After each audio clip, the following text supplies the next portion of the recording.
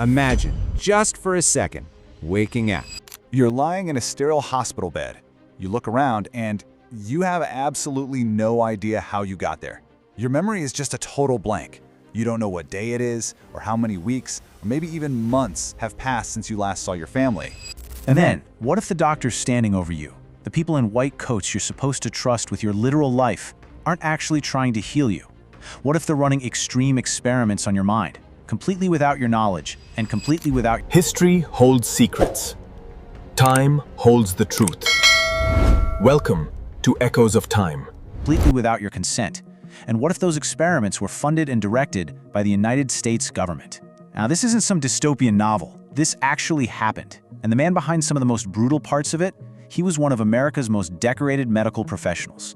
This is the explainer on MKUltra, the CIA's secret mind control program that they desperately tried to erase from history.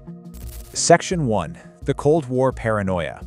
Okay, so to understand how something this horrific could ever get the green light, we've got to travel back to 1950. The Cold War is at its absolute peak, right? The US and the Soviet Union are locked in this high-stakes standoff. But this wasn't just a battle for land or nuclear supremacy. It was a battle for the human mind. See, the CIA was facing a terrifying, unprecedented problem. American soldiers who'd been captured in the Korean War were coming home changed. They were confessing to horrific war crimes they never actually committed. Some were even captured on camera enthusiastically praising communism. This sparked absolute terror within the CIA. They became utterly convinced that the Soviets and their allies had somehow cracked the code on brainwashing, literally a way to actively rewrite what a person thinks, believes, and says. America felt like it was already losing an invisible war. So here's the crucial point. How did the sheer, unadulterated panic translate into official policy? Well, in April of 1953, CIA Director Allen Dulles officially authorized one of the most disturbing, secretive programs in American history. It was codenamed MKUltra. The goal was as simple as it was terrifying: learn how to control the human mind. And as the internal memo suggested, this was going to be done at absolutely any cost. Section 2. The Mind Control Architect. Because a program like this, it needs an architect. It needs someone to actually carry out the dark work, specifically at places like McGill University up in Montreal. Now notice the jarring, almost unbelievable contrast here. Dr. Ewen Cameron was the man chosen to lead some of the most intense experiments. And listen, this wasn't some fringe mad scientist operating out of a sketchy basement. He was a healer. He was literally the president of both the American and Canadian Psychiatric Associations. Yet behind closed doors, his actions were nothing short of horrifying. Dr. Cameron developed this twisted methodology he proudly called psychic driving. The entire concept was to take a human being and completely erase their existing personality. Think of it like wiping a computer's hard drive totally clean, leaving absolutely nothing behind, just so you can reprogram it from scratch. And the patients subjected to this, they were just ordinary people who had come to his prestigious clinic seeking help for everyday depression, postpartum anxiety, or stress. They had absolutely zero idea what was about to happen to them. Cameron's protocol was horrifyingly systematic. Step 1, he'd pump these unwitting patients full of drugs, forcing them into a chemically induced coma. And we're talking weeks, sometimes even months at a time. Step 2, while they were totally incapacitated, he would play recorded audio messages, often these really negative statements about their own personality, on a continuous loop, sometimes tens of thousands of times. And then Step 3, he administered extreme electroshock therapy, using voltages that were 30 to 40 times stronger than what was considered normal or safe. He was literally trying to shock the human identity right out of them. Just look at the result. Patients woke up with vast chunks of their lives entirely gone. They lost years of memories. Some forgot how to tie their shoes, forgot how to walk, and incredibly, some even forgot their own names and the faces of their children. Many of these victims never fully recovered for the rest of their lives. Section 3. Unwitting subjects and LSD.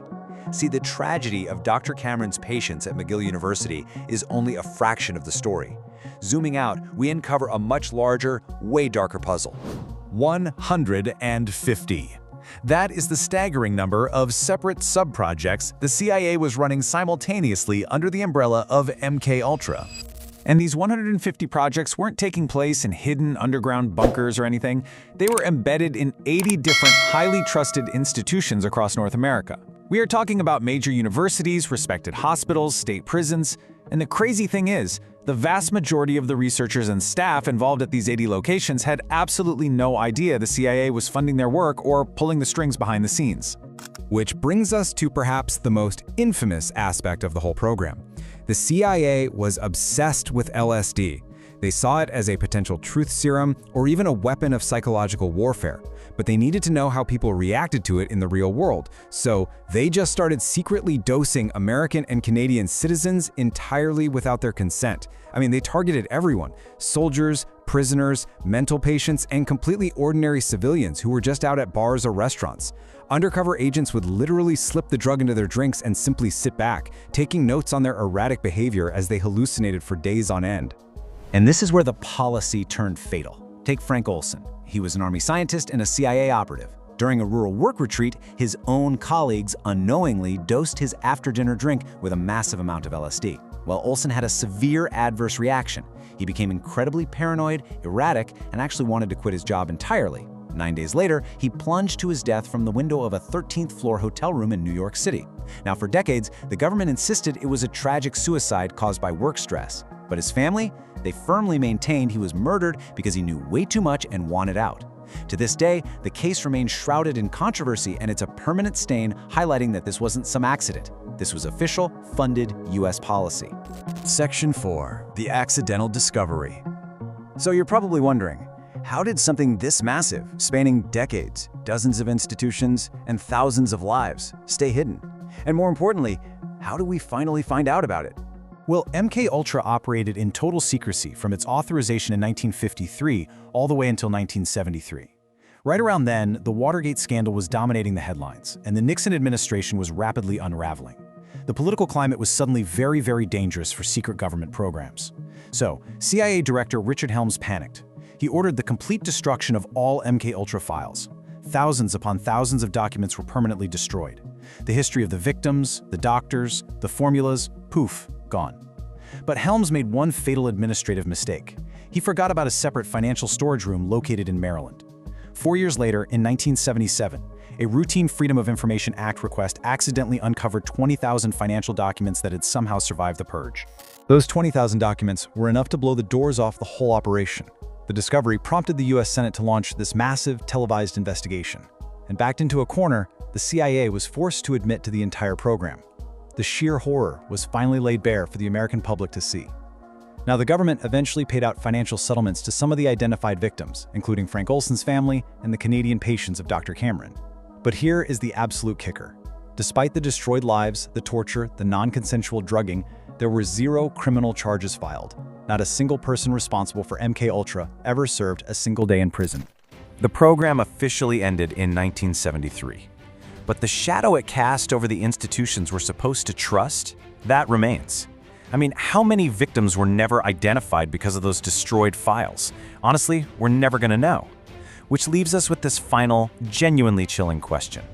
If a government, driven by fear and a desire for control, could justify doing this to its own citizens once, what guarantees do we have that it has never happened again? The uncomfortable truth is, we don't. Think about that as you go about your day. If you found this explainer eye-opening, make sure you're subscribed, because next week we're going to dive into something even darker, dissecting another hidden piece of history. I'll see you then.